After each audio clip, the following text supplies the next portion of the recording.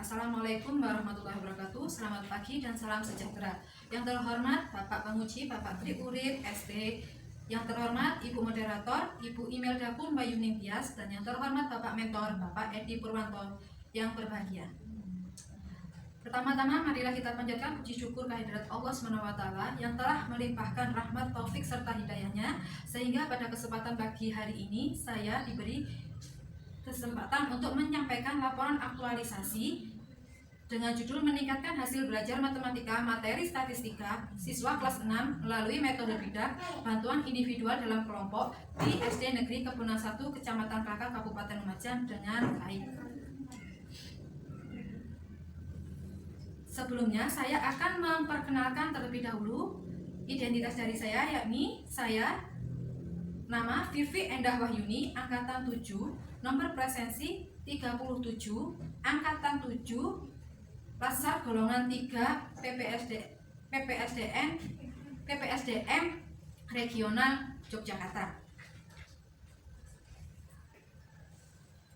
Latar belakang pengambilan aktualisasi unit kerja yang ditempati yakni SD Negeri Kebunan 1 Kecamatan Klaka Kabupaten Lumajang. Isu yang diambil yakni rendahnya hasil belajar matematika materi statistika siswa kelas 6. Gagasan pemecah isu penerapan metode bidak bantuan individual dalam kelompok.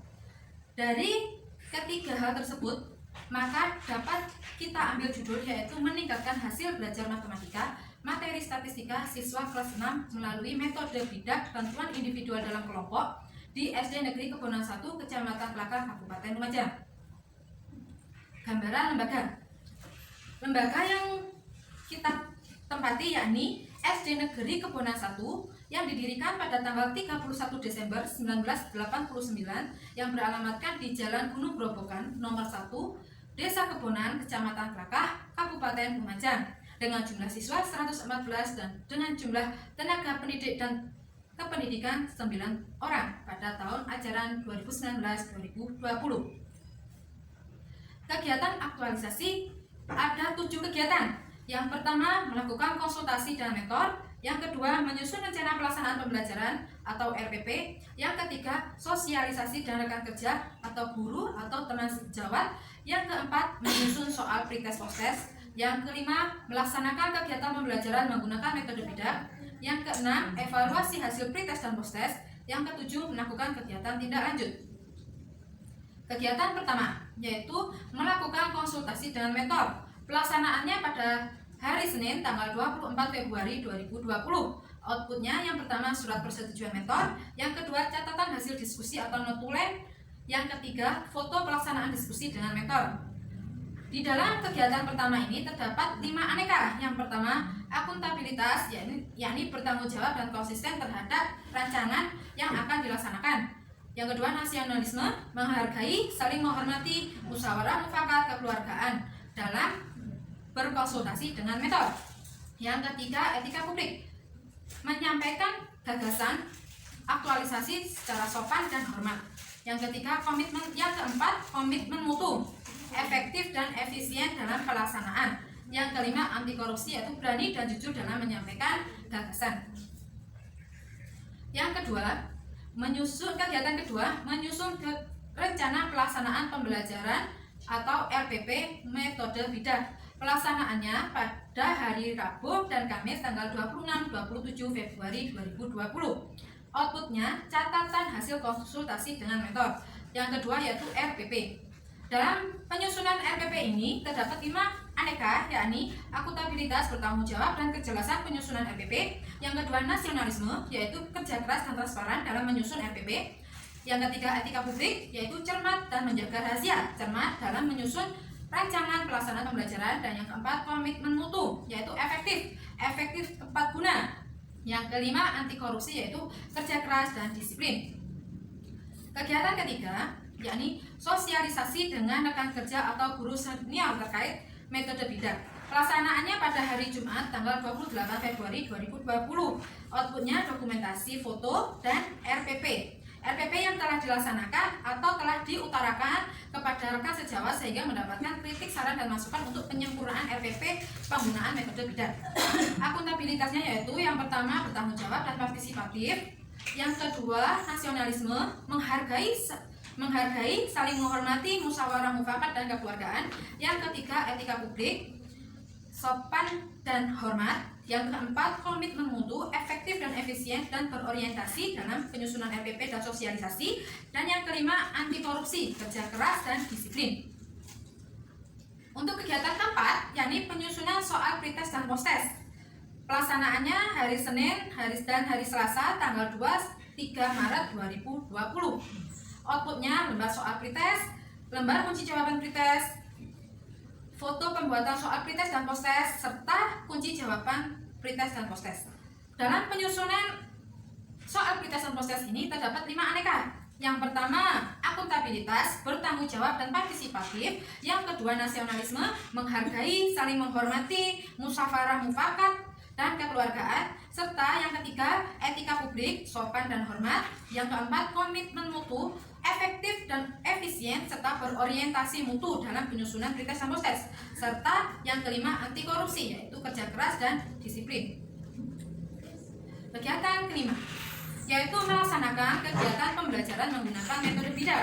Pelaksanaannya pada hari Rabu Kamis tanggal 4 dan 5 Maret 2020. Outputnya ada 1, daftar hadir siswa.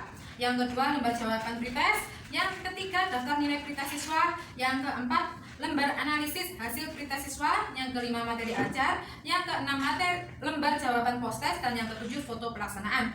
Dalam kegiatan pembelajaran ini, pretest dan posttest kita laksanakan dalam pembelajaran yang dibutuhkan waktu 15 menit sebelum pembelajaran untuk pretest dan 15 menit sesudah pembelajaran untuk posttest. Pretest dan posttest kita gunakan untuk menilai bagaimana penerapan metode BIDAK ini terlaksana dengan baik untuk meningkatkan hasil belajar siswa kelas 6 pada materi statistika matematika. Dalam pelaksanaan penerapan metode BIDAK ini ada 5 aneka yang tertanam. Yang pertama, akuntabilitas, yaitu jelas dan dapat dipercaya.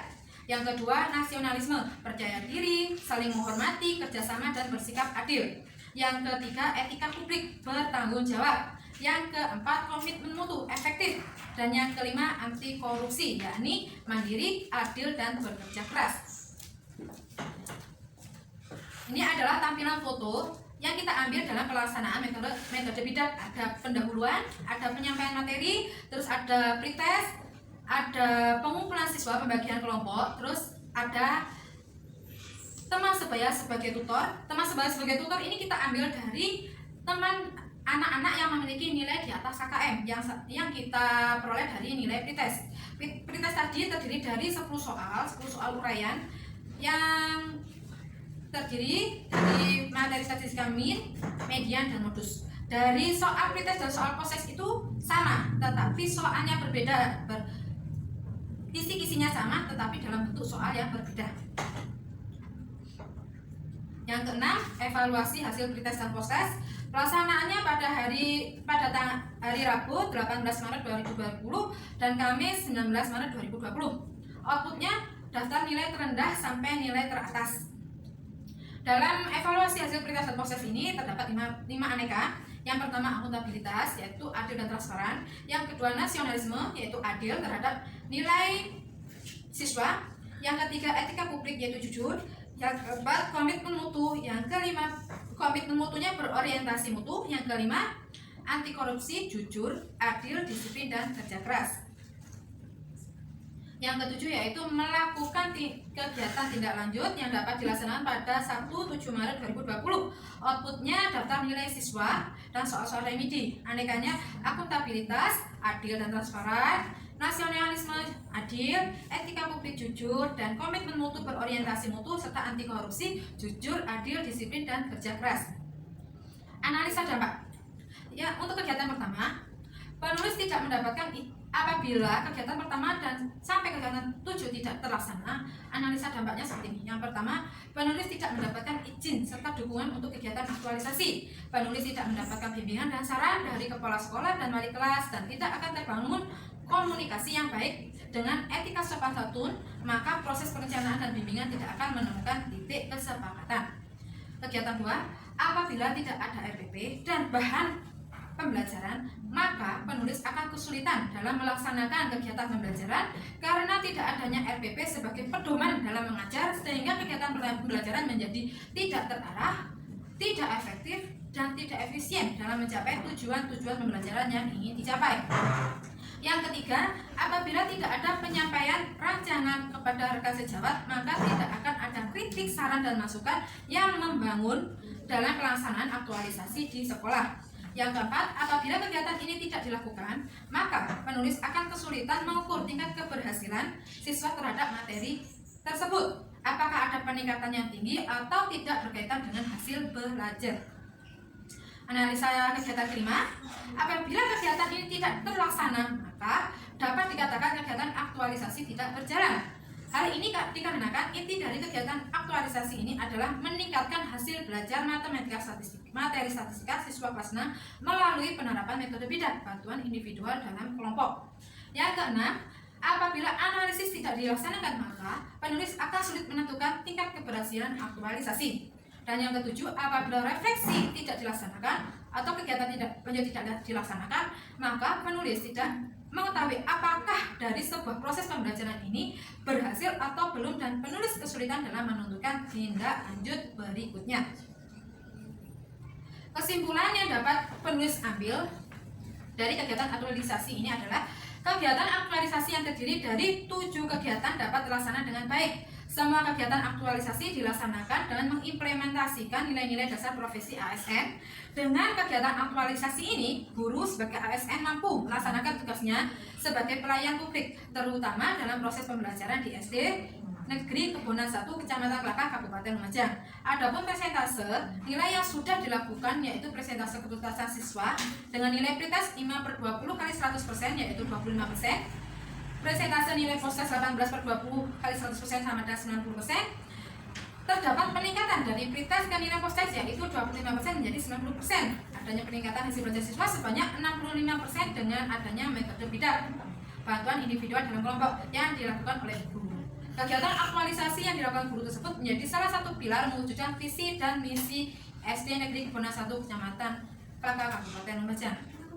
Demikian tadi presentasi laporan aktualisasi yang dapat saya sampaikan. Kurang lebihnya saya mohon maaf. Wabillahi taufik wal hidayah. Wassalamualaikum warahmatullahi wabarakatuh.